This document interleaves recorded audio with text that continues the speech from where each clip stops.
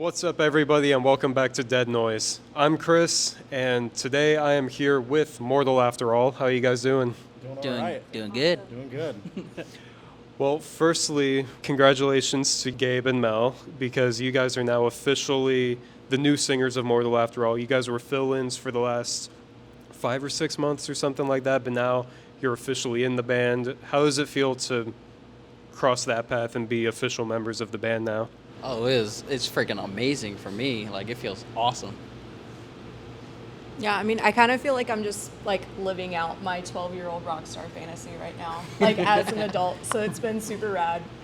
And to kind of address the elephant in the room, I'm not trying to stir up drama or anything, but fans want to know what exactly happened with the previous singer. I don't really know how to address the situation, but if you guys could, shed some light on the situation from your guys' perspective, just for the sake of keeping the fans in the know. Yeah, sure. James is a very private guy, so I'm not going to divulge his private information or anything like that, but it was at a point in his life where he felt like he needed to step down and pursue other avenues. And he's doing that, and we're super happy for him, and I hope he's happy, and I hope he's safe, and hope he's having a good time doing it. Yeah, I have nothing to say about that. Yeah, so.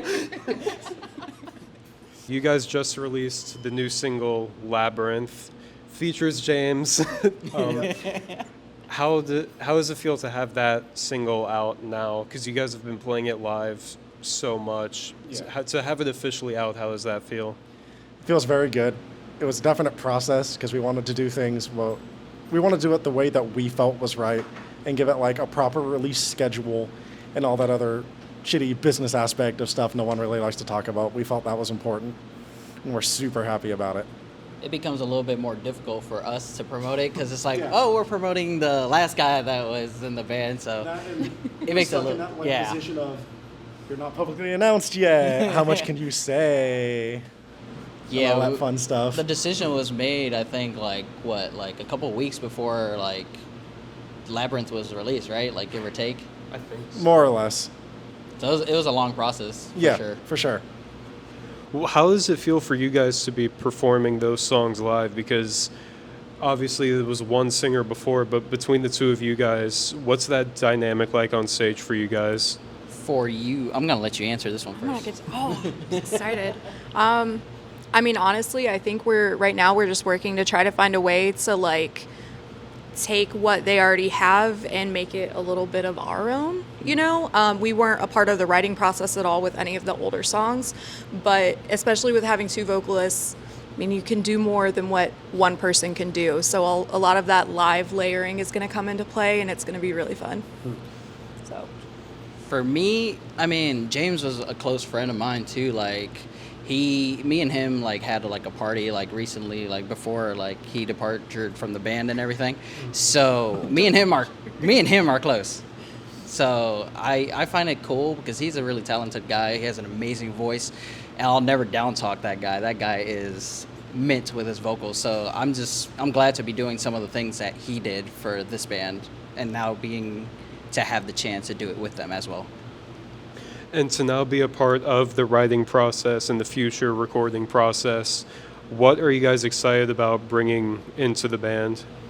For me, mostly, like, I've never been in a band where there's a female vocalist, so that's a new aspect for me. So having to experience that's probably the most exciting for me, and being able to write with someone else with a different, like, mindset, but also, like, have the same struggles and, like, I don't want to say trauma, but like trauma. So for us to have like kind of the same mindset, but also a different like aspect to it, like I feel like it's gonna be a great way to like write new music for sure. I'm kind of like just jumping into the scene, I guess. I was not a part of any of this at all whatsoever. I had come to like one Mortal show at one point, and you know, just being friends with people in the band, and they reached out to do like the fill-in shows, and then that actually ended up, you know, going really well. So this is, at least from my experience, like this is my first time coming in and, you know, just kind of seeing what happens. It's been fun. And for you, as a seasoned veteran of Mortal After All that you are, What are you excited about with the recording process and the writing process, and how does this new vocal dynamic kind of impact the sound that you guys are going for? I don't want to say too much, but what we have been working on so far has been very exciting. It's been very different. Because obviously no one's going to sound the same. No two singers are the same. And we have two singers versus one. While James is extremely talented, we can now just flat out do things we couldn't do before. And some of the stuff we're cooking up is very exciting and very different. And in my range. And in your range. That's very important. That's very important. James sings so low. So like some of those songs have been, it's like that's not my range. So it's been a little difficult. Oh my gosh, yeah. Yes. Black Blood is our lowest tuned song, and it's the key in that as well is just astrospherically low. It's borderline typo negative. I'm glad you said it. I'm just speaking the whole song. You're just talking. Trying to like, can you guys hear me? When we were writing the vocals for that, we were sitting in the vocal booth telling James like, try to sound like fucking Dracula or some shit. They're like, bleh, bleh, bleh. This was like vocal distortion. Oh my gosh. Well, I know you guys just released a new single, but is there any update on when we could hear some of the stuff that you guys have been making together, or is that still up in the air right now?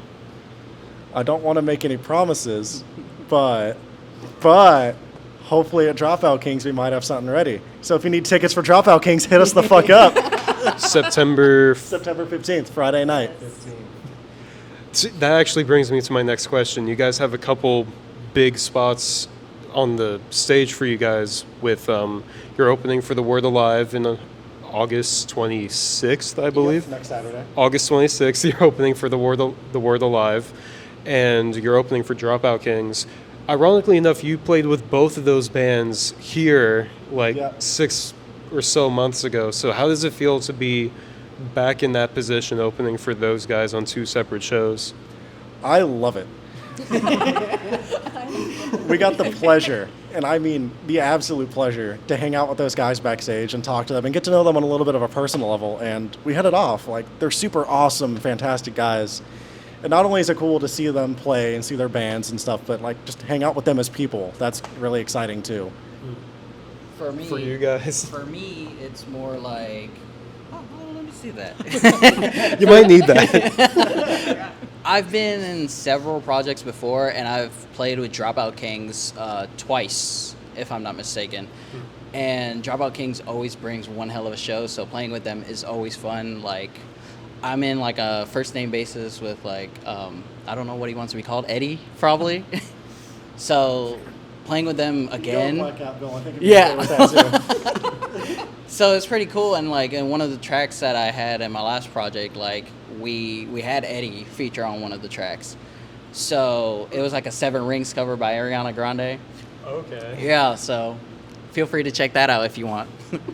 But playing with The Word Alive is definitely like a dream come true for me, because like they're an inspiration for this band especially, and to be able to play with them is gonna be fucking dope for sure. What about you? Yeah. Your turn. You want Oh gosh, yeah. So honestly, with a lot of the shows that we've been playing, and even the ones that I filled in for, with being new to the scene in general, there's some bands that I do know and like listen to myself, and then there's been a lot of bands that it's my first time even like hearing them at all, live or not. So it's always a different level of anxiety for everyone, because everyone's like, oh, this is so cool, I'm so excited. And I'm like, I have no idea who this is, but yes, like absolutely exciting. I know, it's going to be a blast no matter what. And just the fact that we're getting to travel around North Carolina a little bit and play some shows, like that's really cool. Well, the past 6 months, we're in August now, so time's a construct. But however long it's been that you guys have been filling in, I mean, it's been a while. About 6 months, actually. Yeah, 7 months. It's been a while now, and you guys have been all over North Carolina, like you said, with Necrogoblicon, From Ashes to New. We did a headlining show out in Havelock, stuff like that. For you in particular, because you're new to the scene, like you said, how has it been being on stage, playing in front of big crowds like that? What's that been like for you? Oh, it's wild. I feel like I'm gonna shit myself like every time, nonstop. No, I mean honestly, it's just been a really cool thing. It's I've always loved going to shows and going to concerts, and being on the other side of it though is definitely a different experience because like all of those people are there, maybe not to see you, but like to see the other bands you're playing with, but like they're there to see you and support you, and like that's just an awesome feeling. And like the community in general is so welcoming, so it hasn't felt like an outsider stepping in. It's more so just felt like finally feeling like this is where we're all meant to be together. So it's been really cool. Last thing before I let you guys go, we've arrived to my favorite part of every interview, and that is a speed round. I'm sure some people are familiar with this by now. I've got 10 questions. You can elaborate as much as you want. You could say the first thing that comes to your mind. We can just go down the line. First question, your favorite song to play live? Save yourself. Burning Bridges. Black Blood. Your favorite city to play in? Jacksonville. Yeah, I'm gonna say Jacksonville. Right here at Hooligans. 3 for 3. The band, artist, or song that made you want to become a musician? Motorhead. Avril Lavigne. Metallica or Motionless in White? I love all those answers. Those are perfect. The one band or artist that you want to collaborate with the most? Cane Hill. Loveless. Spite.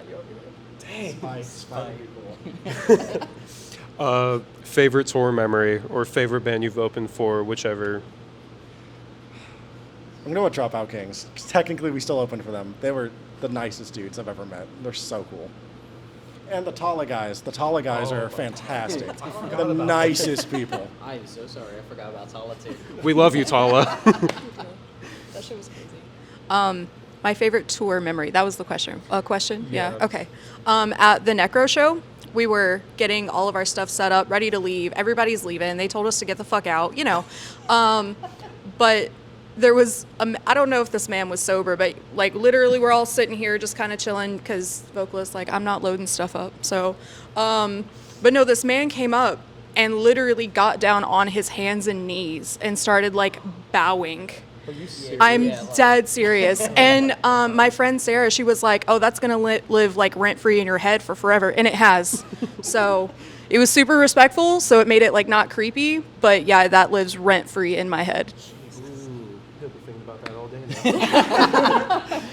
Weirdest moment for me definitely was this one. It was actually here at Jacksonville. I don't think it has. Does it have to be this close? Be a professional, Gabe. I don't know how professional I can be. I cup the mic.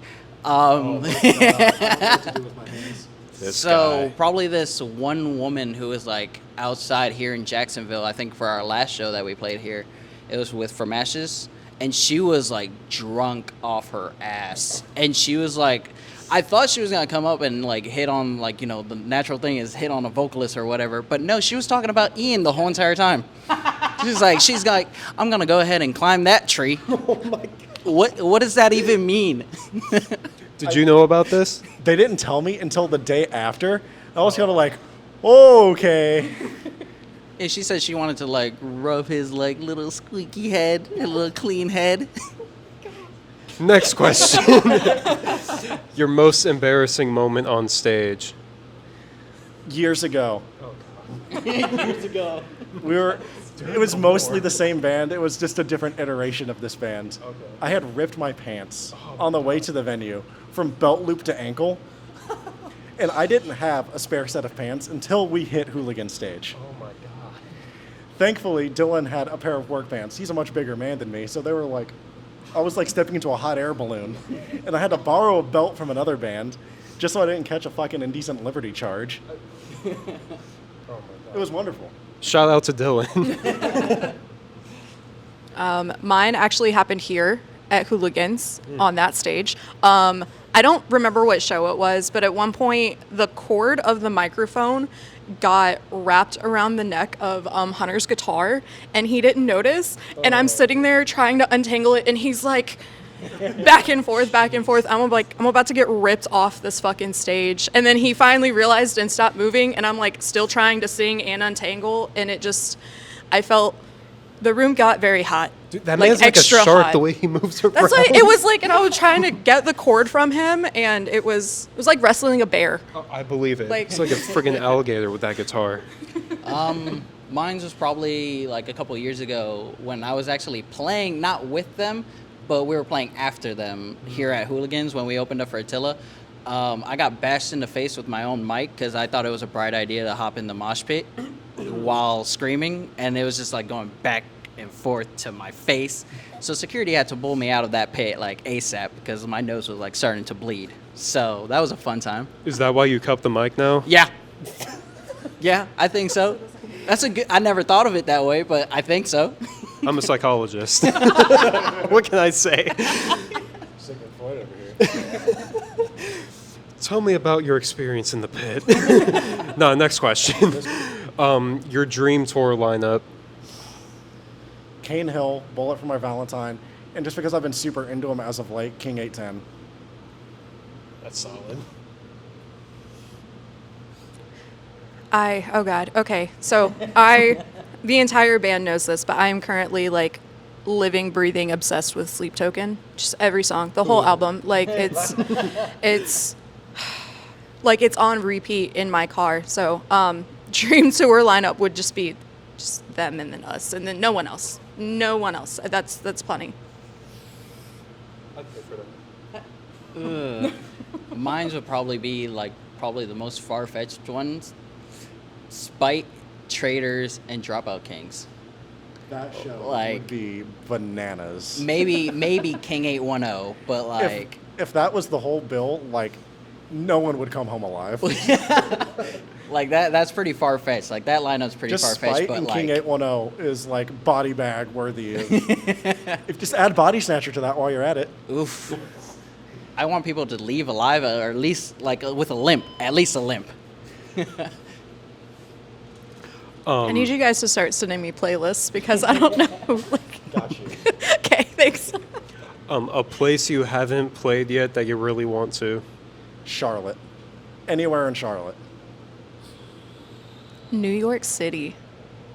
Anywhere in New York Just City? like okay, well I don't remember the name of it, but I got to see Little Big at like an underground like club in New York City, and they literally came to the United States, did one show, and then fucked back off to Russia, and that was like the coolest venue I've ever been to.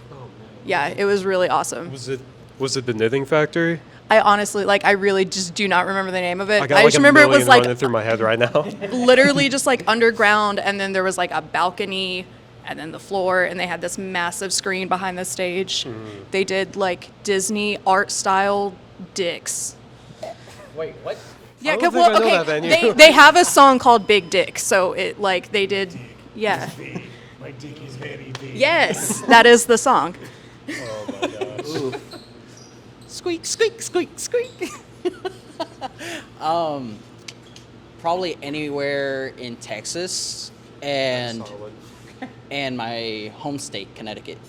I've always wanted to play in Connecticut because I didn't start this whole like musician journey until I moved here to North Carolina about like 14 years ago. Your favorite thing to do outside of music? Video games. Play The Sims 4 specifically. Lotion and no, it's like probably video games. Mostly just playing WWE 2K. Mostly that's You are on that a lot. yeah, way too much for my own good. Anytime I'm on, you're always on WWE 2K. I just don't see any like passion in anything else. To be fair, the character creation in that game is mint. and Twisted Metal Twisted Metal is fantastic. and probably watch movies. I'm like a movie buff. Favorite genre? Horror. That's what's up. And the last question, always my favorite one. The song you wrote that means the most to you. Now, this might have to be tailored a little bit for you guys, but the song in Mortal After All that means the most to you guys to play. Starting with you. That's really hard. I'm going to go with Save Yourself, just because the writing process for that in the studio, that was a lot of good memories. That song was really fun in particular. Nothing but happy vibes and a lot of alcohol. I feel like mine, I know you already asked like what our favorite ones are, but mine is definitely still Burning Bridges. Not everyone in the band who like helped write the song loves that song, and I am obsessed. They're like, it's so sad. It It's also is. the song I wrote the most lyrics for. It is sad, but I like sad girl music. Same. Like I want music I can cry to, and that's on that playlist. So Lo-fi that I can cry to. It's between Black Blood or Labyrinth. When it comes to Black Blood, like it's just has like a meaning behind it, and it's about addiction. You choose your vice if you want, but like I think that one was mostly around like I think it was coke, if I'm not mistaken. sure is. Yeah. Coke and It alcohol. wasn't initially going to be about Coke specifically, but writing process, we were fucking looking through samples and we found cocaine tonight at midnight. We're like, Coke. That's what it says. Yep. Oh, oops. Labyrinth just has like more like the vocal style that I get to project onto Labyrinth live is more like a spite aspect. It's just And very raw is- and very pissed off. Yeah, nothing I love more than just seeing like people almost hit each other. Don't actually hit people, almost hit people. Well, it balances out. Like, you like the sad boy shit, you like the mad boy shit. Exactly. That's how we do it. Well, that was everything I had for you guys. Was there any closing message to any Mortal After All fans watching? Always change your socks. Stay tuned. We're coming out with new music. Thank you. Probably. Be sure to check us out August 26th at Hangar 1819 with The Word Alive and September 15th with Dropout Kings. Here. Here. Yeah, get Here your are the tickets from us, hooligans. In please. this room right now. Well, thank you guys so much for the time. I've had a blast talking with you. Can't wait to see you guys live once again, but like my 4th or 5th time now. And until the next interview, stay tuned, stay scared, and I'll catch you later.